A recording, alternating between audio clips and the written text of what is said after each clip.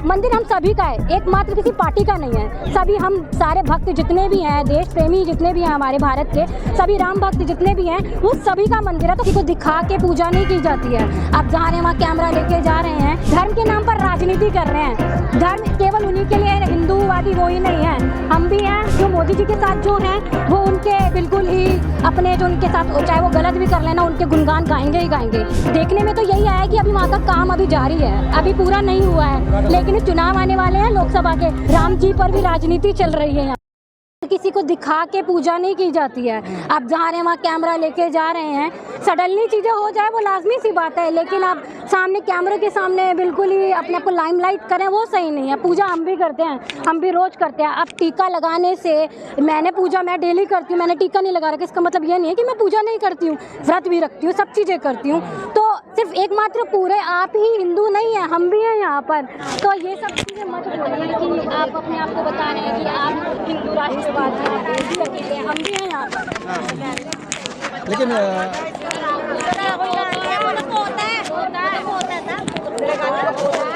जी, जो बीजेपी को वोट देता है ना, जो मोदी जी को पसंद करता है, वो हिंदू है इसलिए। ऐसा तो कुछ नहीं है, मैं भी हिंदू हूँ, बीजेपी वाले कहते हैं मैं भी हिंदू हूँ, जो मोदी इसका मतलब ये थोड़ी नहीं, ऐसा कुछ नहीं है। जो मोदी जी के साथ जो हैं वो उनके बिल्कुल ही अपने जो उनके साथ, चाहे वो गलत भी कर लेना, उनके गुणगान गाएंगे ही गाएंगे। राम मंदिर उद्घाटन में आप लोग जाएंगे? हमें न्योता आएगा तभी तो जाएंगे। उन 8,000 में हम हैं कि नहीं ये हमें भी नहीं पता, लेकिन बिल्कुल हम अपने घर में पूजा करेंगे। ज़रूरी नहीं है वहाँ जाकर ये पूजा की जाए। हमारा घर भी एक मंदिर है, हमारे घर में भी मंदिर पूरे राम दरबार विराजमान है। हम अपने मंदिर में पूरी अच्छे तरीके से पूजा करेंगे, दिवाली मनाएंगे। ऐसा क्यों लग रहा है कि ये जो राम जी हैं वो भाजपा के ही हैं? देखिए, प्रचार प्रसार हो रहा है, देखने में तो यही आया है कि अभी वहाँ का काम अभी जारी है, अभी पूरा नहीं हुआ है, लेकिन चुनाव आने वाले हैं लोकसभा के, तो इसलिए सब वही पूरी राजनीति चल रही है इसी चीज़ की, तो इसलिए पहले इनॉग्रेशन कर रहे हैं। बिल्कुल राम जी पर भी राजनीति चल रही है यहाँ पर।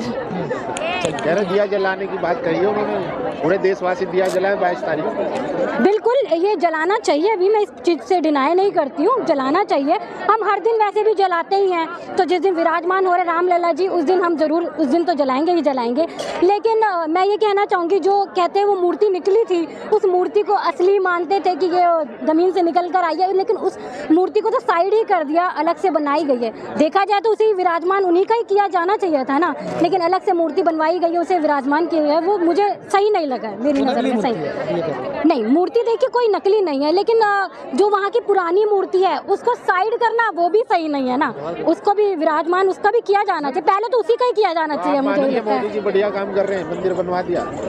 उन्होंने कहाँ बनवाया है, ये तो प्रशासन शुरू से ही, सारे कांग्रेस पार्टी थी तब वहाँ का ताला तोड़ा, जो भी है सारी चीज़ राजीव गांधी जी के टाइम से ही चला आ रहा है। अब टाइम लगा है इस चीज़ में, लेकिन वो क्रेडिट वो लेके जा रहे हैं, वो गलत है, इस चीज़ में गलत। मंदिर उन्हीं का, एकमात्र उन्हीं का मंदिर नहीं है।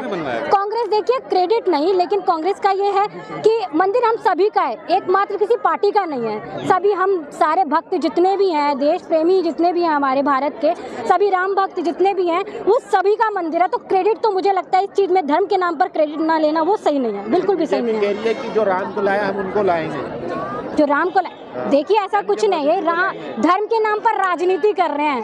धर्म केवल उन्हीं के लिए है, हिंदूवादी वो ही नहीं है, हम भी हैं, हमारे कांग्रेस के अंदर भी सभी हैं, और देश के अंदर जितने भी लोग हैं जो गैर राजनीतिक हैं वो भी तो कर ही रहे हैं ना पूजा, वो भी तो मानते हैं ना। थोड़ी कर रहे हैं, मोदी जी को तो भगवान बता रहे हैं लोग। नहीं, भगवान तो वो कुछ गिने चुने लोग ही बता रहे होंगे जो उनके अपने हैं, बाकी तो नहीं कहते नहीं। आप नहीं मानते? नहीं, भगवान से बढ़कर, इंसान से बढ़कर भगवान, और भगवान की जगह कोई इंसान नहीं ले सकता, चाहे वो कोई भी हो। मेरी सवाल ये है कि आप एक महिला हैं, मोदी सरकार में पिछले 10 साल में आपको क्या मिला महिलाओं को?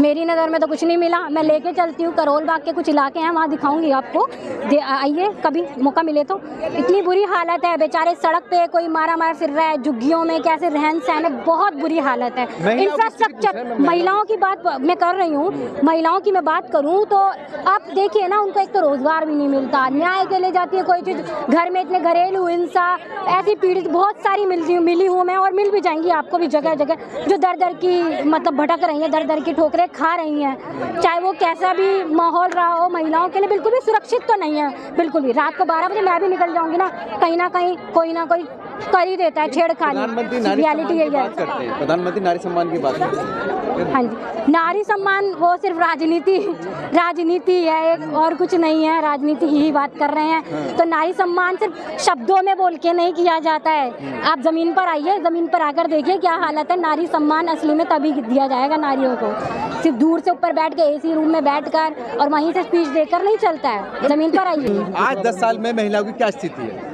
देखिए, जो बेटी पढ़ाओ बेटी बचाओ का नारा था वो सिर्फ नारा ही बन के रह गया है। आप देख रहे हैं आए दिन तो अखबार में कहते हैं कि कुछ खबरें छप जाती हैं, कुछ छिप जाती हैं, तो वही हाल है। हर दिन किसी न किसी महिला की न्यूज़पेपर में किसी के साथ रेप हो गया, किसी के साथ छेड़छाड़ हो गई है।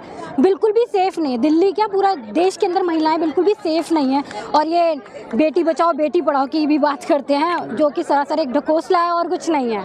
अगर बिल्किस बानो की बात करें तो इतना टाइम क्यों लग गया? जैसे आपने देखा, सब आपके सामने ही है कि सुप्रीम कोर्ट का ऑर्डर है, दोबारा से उनको जेल जाना पड़ा। देखिए, जब इलेक्शन आए थे उन्होंने जो मुजरिम थे उनको बरी कर दिया था, और जैसे ही अब फिर से इलेक्शन आ रहे हैं तो फिर से अब वापस अंदर उनको ले लिया है। तो ये सिर्फ एक चुनावी एक रणनीति के तौर पर उन्होंने किया है सारा।